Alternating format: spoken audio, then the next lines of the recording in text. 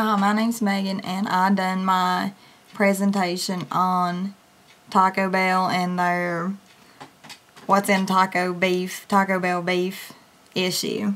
There was a false statement made on Taco Bell last year about what percentage beef they had. I'm sure everybody's seen it because there's commercials everywhere.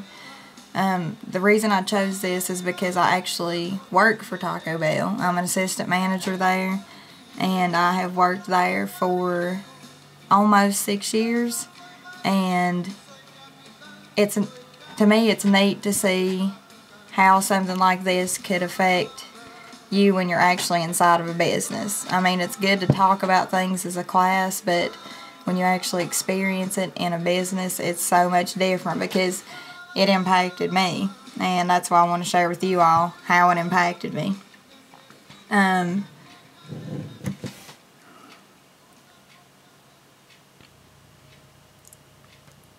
This is a history of Taco Bell, just to give you a little bit of a background. Taco Bell was first founded in 1962 in Downey, California. That was when the very first Bell was built. The founder's name was Glenn Bell. He passed away, I believe, last year. And this is a huge restaurant chain, and there's Taco Bells all over the U.S. And there's also Taco Bells in different countries. India, Japan. Taco Bell is everywhere. This chain is huge.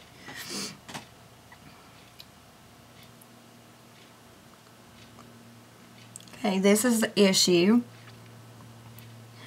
In February of last year, an Alabama law firm filed a lawsuit against one of America's favorite fast food places, Taco Bell, of course. They claimed that the beef was only made with 35% real beef. They didn't really. This was like a lawsuit out of the blue.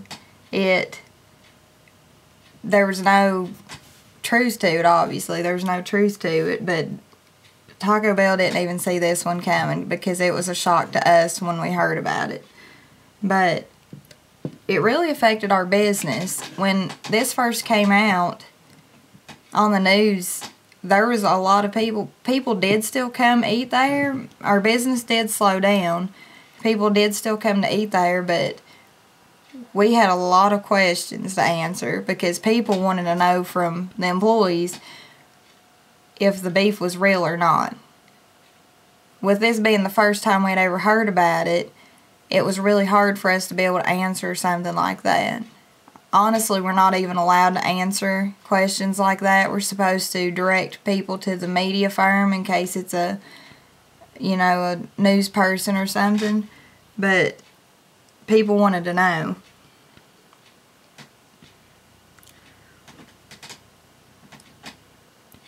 Okay, the next question is, why is this an issue? The reason it's an issue is because the company I work for is very proud of the fact that we serve the freshest ingredients. If we get in something that's not acceptable, we throw it away, we don't use it. And we pride ourselves in that. That's our good reputation. That's why people come eat there, is because we have good prices and the good quality.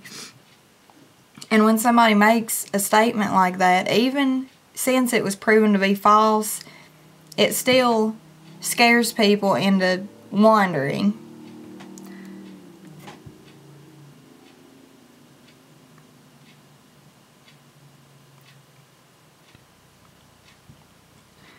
Here's other issues we faced.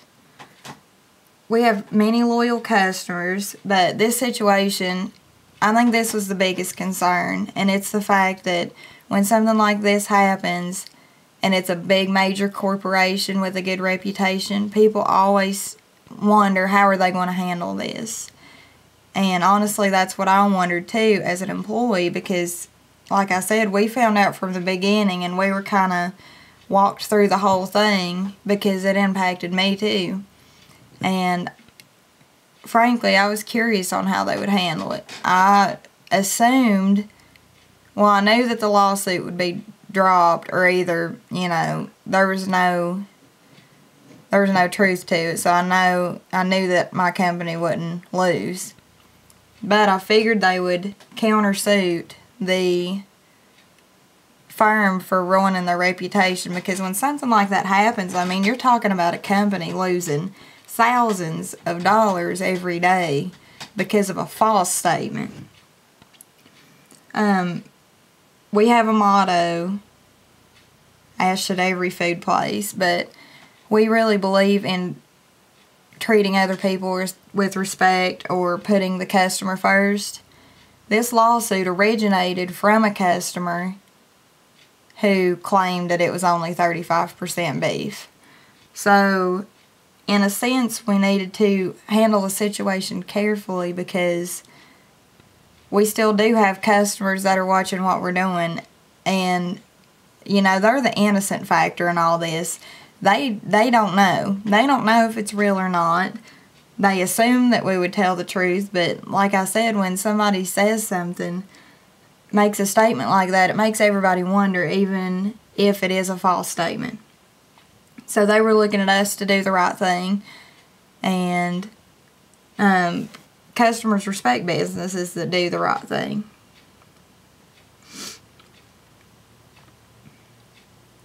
Okay, here's a brief history on the beef. It comes prepackaged. It comes in a box. You can kind of see it in the background.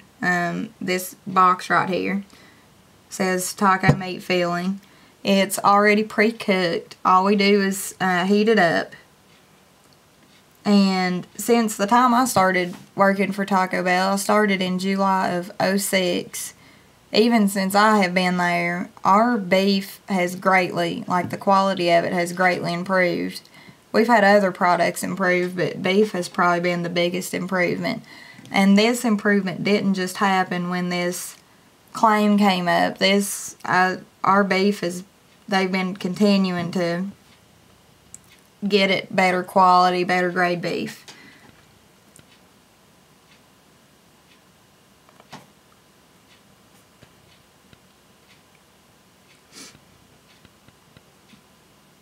Okay, the next question is, what was the verdict? In August 2011, the lawsuit against Taco Bell was withdrawn. So the law firm actually withdrew this lawsuit, because you're not going to go up against a multi-million-dollar company when you know you're going to lose, after they figured out that, number one, it was false, and number two, they had went about this issue all wrong. The accusations were proven to be false, and the beef filling was actually found to be around 88% beef rather than the accused 35% beef. So 88% of it is like pure meat, and the other 12% was like the seasonings and water, I believe. Next question is, how did Taco Bell respond? I kind of talked about this a little bit earlier. Although business was impacted, Taco Bell did not countersuit the law office, which actually surprised me, but I think I know why they done it, and that is to keep their reputation. Obviously their reputation was tainted falsely, but I think they thought it would be better to bite the bullet, so to speak, and, you know, not react harshly, even though it costed them a lot of money. But they did make it clear that the lawyers should have first contacted the company. When this lawsuit came out, it was a surprise. If the law company would have contacted Taco Bell, we always handle things, they would have handled it, and they would have done whatever it took to prove to them that our beef was better than 35%, but they didn't bother contacting them first. Taco Bell spent around $3 to $4 million in advertisements to prove the 88% beef to the customers after this false statement. These advertisements included TV commercials, newspaper ads, and even tray liners. I'm sure you all remember last year. I'm not sure if you've seen any this year, but last year having the commercials come out that was showing, you know, how our beef was made. I know our tray liners at work showed the exact process that the beef goes through from cow all the way to prepackaged beef in your taco. We also had to hang up the promotional window clings that had that on it too. Just a few short months later, Taco Bell is still recovering from this incident, which now is a few months later. Some customers are still not convinced about the 88% beef. And yes, I have had many, many people, some of them are friends, some of them are customers that come in, ask if our beef is really 88%. I don't mind answering it because, of course, I know the truth now, but I find it really interesting. I was noticing the other day, our boxes of beef used to say beef on them. Now it's called taco meat filling, and I'm not sure if it has to do with the fact that it's not 100% beef or what that has to do with, but I'm sure it's because of this lawsuit. I'm sure that's why we done that. In the conclusion, what would I have handled differently? If I would have went through this situation, I think they done well in the way they handled it, honestly. I don't know that they should have counter-sued the law company.